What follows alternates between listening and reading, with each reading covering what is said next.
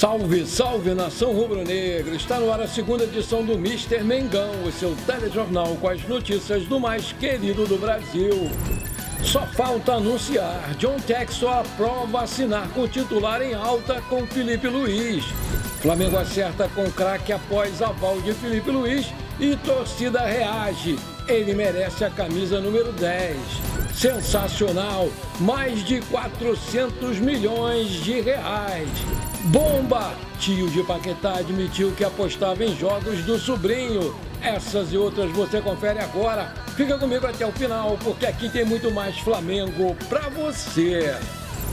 Olá, meus amigos e minhas amigas. Muito boa tarde. Daqui a pouco tem Mengão, 19 horas. Segundo o site Torcida do Flamengo, o Mengão retomou o interesse em Gaston Martirena, que vem se destacando na Copa Sul-Americana pelo Racing, marcando 2 gols em 8 partidas da competição. E por isso, o jogador volta a despertar interesse da diretoria do Flamengo e pode sim fazer uma proposta pelo jogador em janeiro, especialmente se o lateral direito Wesley for mesmo negociado para a Europa, como vem sendo aí anunciado pelo mercado da bola.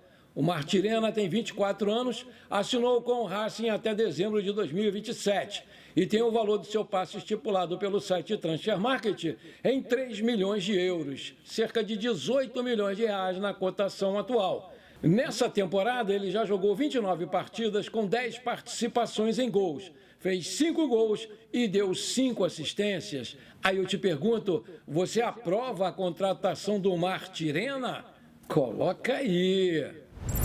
O Flamengo fechou o balancete do último trimestre, apurado entre os meses de julho e setembro. E o documento aponta um caixa de 45 milhões de reais e mais 400 milhões investidos na compra de terrenos e reforços para o elenco profissional. Por conta do aumento do número de lesões no elenco, o Flamengo entrou no mercado de transferências no meio do ano com mais intensidade e chegou a gastar 132,5 milhões de reais somente com 2 jogadores, o Alcaraz e o Plata. Vale lembrar que o Michael e o Alexandro estavam livres no mercado e assim o Flamengo não teve despesas na compra dos seus direitos econômicos. Na soma das 2 janelas de transferências, o Flamengo gastou cerca de 250 milhões de reais em contratações e, por isso, bateu seu recorde na atual temporada, na contratação de reforços da história do clube. Além do Alcaraz e do Plata, o Flamengo também comprou o De La Cruz, o Vinha, o Léo Ortiz e o centroavante Carlinhos. Além de investir em reforços, a diretoria do Mengão também se preparou para a construção do seu novo estádio e comprou o terreno do gasômetro por 146 milhões de reais até o mês de setembro, visto que o acordo feito com a Caixa Econômica teve um reajuste aí de mais 23,9 milhões de reais, que aconteceu apenas em outubro, depois do fechamento desse balancete. Outro ponto importante a ressaltar é que o Flamengo pretende ampliar o centro de treinamento do Ninho do Urubu, localizado aqui em Vargem Grande, na zona oeste do Rio de Janeiro. Por esse motivo, ele comprou 2 terrenos anexos ao CT por 19 milhões de reais. E com isso, no total, o Flamengo desembolsou 165 milhões nesse quesito. Apesar de ter ficado no déficit nos 2 primeiros trimestres de 2024, o Flamengo conseguiu o primeiro superávit da temporada, 1,9 milhão de reais. Além disso, finalizou setembro com um caixa de 45 milhões de reais. A expectativa do mais querido é ter um balanço final positivo, visto que ainda disputa competições nesse ano, como a Copa do Brasil e o próprio Campeonato Brasileiro. Os dados foram adquiridos primeiramente pelo portal ge.com. Segundo o portal Wall Sports, 2 jogadores da seleção brasileira entram em campo no mesmo dia, um na Inglaterra e outro na Espanha, e levam cartões amarelos em jogos de futebol. Poderia ser apenas uma coincidência banal, mas o que aconteceu em 12 de março de 2023 foi muito mais do que isso, foi muito mais além. Uma casa de apostas percebeu que algo estava errado. havia muita gente ganhando dinheiro com aqueles cartões amarelos. No mundo das apostas, quando uma casa de apostas perde muito dinheiro, alguma coisa está fora de ordem, tem alguma coisa errada. No All Prime dessa quinta-feira, o José Roberto de Toledo conversa com o colunista do UOL, Tiago Arantes, que escreveu a reportagem Apostas na Mira. Luiz Henrique recebeu o Pix de parentes de Lucas Paquetá. Ao lado de Igor Siqueira, apresentando também Rodrigo Matos. Foi uma enxurrada de apostas idênticas no mesmo dia, que deu início à investigação da Federação Inglesa de Futebol, que cita os jogadores brasileiros Lucas Paquetá, do West Ham da Inglaterra, e Luiz Henrique, do Botafogo, como suspeitos de manipularem eventos dentro dessas partidas de futebol. Arantes conta os bastidores da reportagem e explica como conseguiram avançar, mesmo com a investigação sob sigilo. Aspas, no dia em que essa história saiu, eu comecei a conversar com pessoas do mundo do futebol, pessoas que circulam nos bastidores. Uma delas me falou, disseram que isso aí é um rolo da família do Paquetá. Eu não tinha como provar, então guardei essa informação a 7 chaves. Meses depois, em conversa com uma fonte, o Arantes descobriu que havia recibos de Pix e teve acesso aos documentos que provavam que o Luiz Henrique teria recebido dinheiro para provocar cartões amarelos. O repórter Igor Siqueira, por meio de uma ligação telefônica, confirmou a veracidade dessas transferências. Ele conseguiu o telefone do tio do Paquetá, o Bruno Tolentino, que tinha feito o Pix para o Luiz Henrique e conseguiu falar com ele por 15 minutos, de maneira muito educada, explicando a situação sem que o tio do Paquetá se irritasse, ou desligasse o telefone na cara dele. Durante a conversa, o tio do Paquetá confirmou que fez o Pix e disse que foi por causa de uma dívida, contou lá o Arantes. No podcast, o Toledo e o Arantes também fazem uma análise do cenário atual das apostas no Brasil e comparam com a situação na Espanha, onde Arantes já vive há 11 anos. O país europeu viveu tempos extremos no que diz respeito a apostas esportivas, saindo da era do vale-tudo para um cenário extremamente restrito. A coisa mudou da água para o vinho. As apostas chegaram a ser o maior vício entre os jovens de baixa renda com menos de 21 anos, superando as drogas ilícitas, o álcool ou até mesmo o tabaco. Há 8 anos, por exemplo, no intervalo de um jogo da Champions League, muitas vezes o comentarista aparecia e falava: olha, se o Real Madrid fizer um gol, você pode ganhar tanto se apostar. E incentivava quem estava assistindo a fazer uma aposta, contou lá o Tiago Arantes.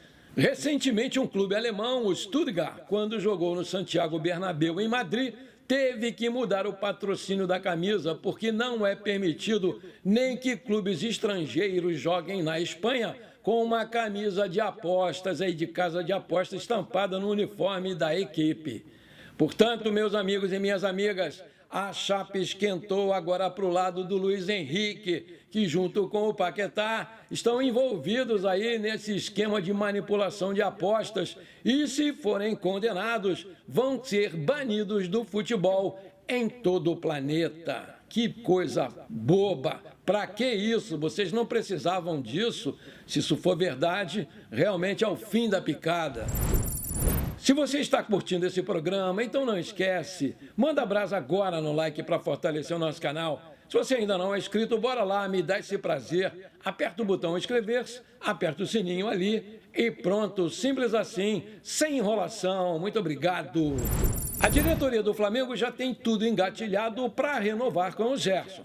O meio-campista vive uma fase espetacular e é, sem dúvidas, o melhor jogador do Flamengo no ano e merece todos os elogios. O Gerson não quer nem saber de propostas para deixar o Flamengo, que é o clube do seu coração, por mais que esteja muito valorizado no mercado da bola. A direção rubro-negra fez um esforço para repatriá-lo e agora vai renovar com ele, aumentando aí o seu salário. O atual vínculo dele vai até dezembro de 2027 e deve ser prorrogado até o final de 2030. E com o reajuste que ele vai receber, vai passar a ser um dos maiores salários do elenco. A sua renovação já está verbalmente acertada, faltando apenas a canetada final para o anúncio oficial acontecer. Nas redes sociais, a nação rubro-negra entende que o craque merece ser o novo camisa 10 do Mengão em 2025. Depois daquela sua doença nos rins, que ele foi obrigado a operar, ele passou a ver a vida de outro modo. Passou a dar mais valor às coisas e tornou-se um grande líder dentro e fora de campo, adorado pela nação rubro-negra. Um exemplo disso aconteceu na chegada do Flamengo em Porto Alegre para esse jogo de logo mais e viralizou nas redes sociais. Enquanto ele dava autógrafos a alguns torcedores, ele percebeu um pedido inusitado de um garotinho. O menino pediu ajuda do Coringa para realizar o seu grande sonho de fazer um teste no Flamengo. O jogador prontamente atendeu o pedido do torcedor e pediu a um funcionário do clube que pegasse o contato do garoto. Aspas, eu pedi para ele me ajudar a comprar uma passagem para ir fazer um teste no Flamengo lá no Rio de Janeiro. Ele vai sim me ajudar. O moleque é brabo demais, eu sou muito fã dele. Máximo respeito ao Gerson, que eu amo muito de paixão, contou lá o garotinho. Antes mesmo do fim da temporada e com a eleição para a presidência do mais querido, onde vai ser decidido quem vai substituir o atual presidente Rodolfo Landim, a gestão do Mengão vem realizando movimentações na temporada e, com isso, está analisando a possibilidade de repatriar o zagueiro Pablo Mari. O mandatário do Botafogo, através da SAF, John Textor, não desistiu de buscar a contratação do Wesley. Isso porque o empresário já havia realizado sondagens buscando a sua contratação, mas a negociação acabou não avançando. Diante do que o jogador vem apresentando em campo, o americano busca fechar um acordo para tê-lo na próxima janela de transferências. A intenção dele não é que o lateral Wesley reforce o Botafogo, mas sim reforce o Crystal Palace da Inglaterra ou o Lyon da França, entendendo que o garoto já tem potencial para jogar na Europa. Dessa forma, o John Textor vem negociando com o staff do jogador em busca de ter um acordo feito de forma antecipada para evitar concorrências. Por quê? Pelo que ele vem jogando, a expectativa é que ele receba muitas investidas nessa próxima janela. Vale lembrar que o Wesley tem 21 anos, 1,73 de altura, é um lateral direito destro que também pode jogar de meia direita. Ele está no Flamengo desde janeiro de 2023, tem contrato até 31/12/2028 e a sua última renovação aconteceu em julho de 2024. Seu passe está avaliado pelo site Transfer Market em 6 milhões de euros. A sua multa rescisória é de 200 milhões de euros e ele ganha aproximadamente R$400 mil por mês. Aí eu te pergunto, você acha que o Flamengo deve mesmo vender o garoto Wesley? Coloca aí! Antes de terminar esse nosso programa, eu vou mandar os abraços para a galera que me pediu e que está sempre aqui comigo prestigiando o nosso canal. Bora lá! Alô, meu amigo pastor Felipe Silva. Alô, pastora Mara Silva, aqui de Padre Miguel, no Rio de Janeiro. Aquele abração para vocês, meus queridos. Alô, meu amigo José Adílio Andrade. Alô, meu amigo Aguinaldo César Salles. Alô, família Salles, em Serrinha, na Bahia. Aquele abração para vocês, meus queridos. Alô, meu amigo Cleidson Martins. Alô, seu filho João Guilherme Matias Martins, flamenguista roxo. Aquele abração para vocês, meus queridos. Alô, meu amigo Jurive Araújo, lá de Barcelona, na Espanha. Aquele abração para você, meu querido. Alô, meu amigo Catuaba Moraes, parabéns pelo seu aniversário que é hoje. Muita saúde, muitos anos de vida, tudo de bom para você, meu querido. Curta bastante o seu dia e não esquece de mandar um pedaço desse bolo aí para mim. Parabéns, Catuaba! Tamo juntos, meu querido! Bom, por enquanto foi isso. Eu espero que você tenha gostado do nosso programa. Muito obrigado por você ter ficado comigo até aqui. Um forte abraço. Não esquece de compartilhar com seus amigos e parentes flamenguistas para a gente crescer o nosso canal. Eu conto muito com você. Bora lá ser feliz. Pra cima deles hoje, Mengão 2-1, tá bom.